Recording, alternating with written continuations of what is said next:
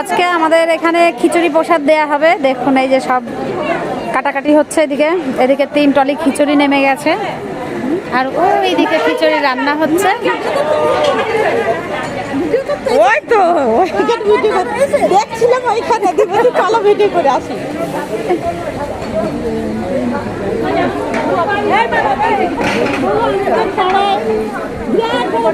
হ্যাঁ হ্যাঁ হ্যাঁ হ্যাঁ হ্যাঁ হ্যাঁ, যারা এখনো জানো না তারা চলে এসো।